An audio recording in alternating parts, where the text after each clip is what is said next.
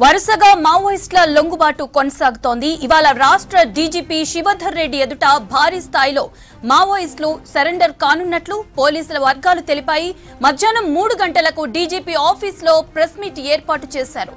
ఇందులో 37 మంది మావోయిస్టులు లొంగిపోనున్నట్లు తెలుస్తోంది. వీరిలో మావోయిస్టు పార్టీ కేంద్ర రాష్ట్ర కమిటీల సభ్యులు ఆజాద్, అప్పాసి నారాయణ, ఎర్రాలు ఉన్నట్లు సమాచారం.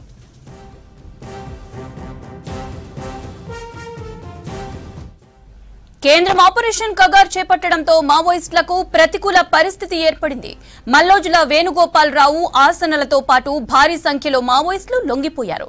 ఈ మధ్య ఏపీ మారేడుమిల్లి వరుసగా 2 ఎన్కౌంటర్లు జరిగాయి.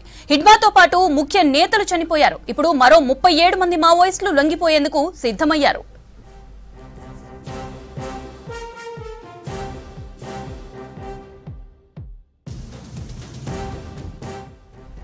వరుసగా మావోయిస్టుల లొంగుబాటు కొనసాగుతోంది. ఇవాళ రాష్ట్ర డీజీపీ శివధర్ రెడ్డి ఎదుట భారీ స్థాయిలో మావోయిస్టులు సరెండర్ కానున్నట్లు పోలీసు వర్గాలు తెలిపాయి.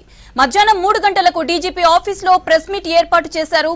ఇందులో 37 మంది మావోయిస్టులు లొంగిపోనున్నట్లు తెలుస్తోంది. వీరిలో మావోయిస్టు పార్టీ కేంద్ర రాష్ట్ర కమిటీల సభ్యులు ఆజాద్, అప్పాసి నారాయణ, ఎర్రాలు ఉన్నట్లు సమాచారం.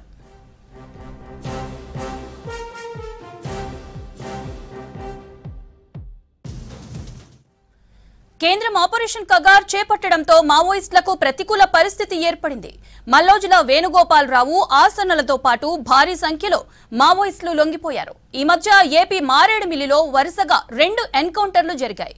హిడ్మాతో పాటు ముఖ్య నేతలు చనిపోయారు. ఇప్పుడు మరో 37 మంది మావోయిస్టులు లొంగిపోయేందుకు సిద్ధమయ్యారు.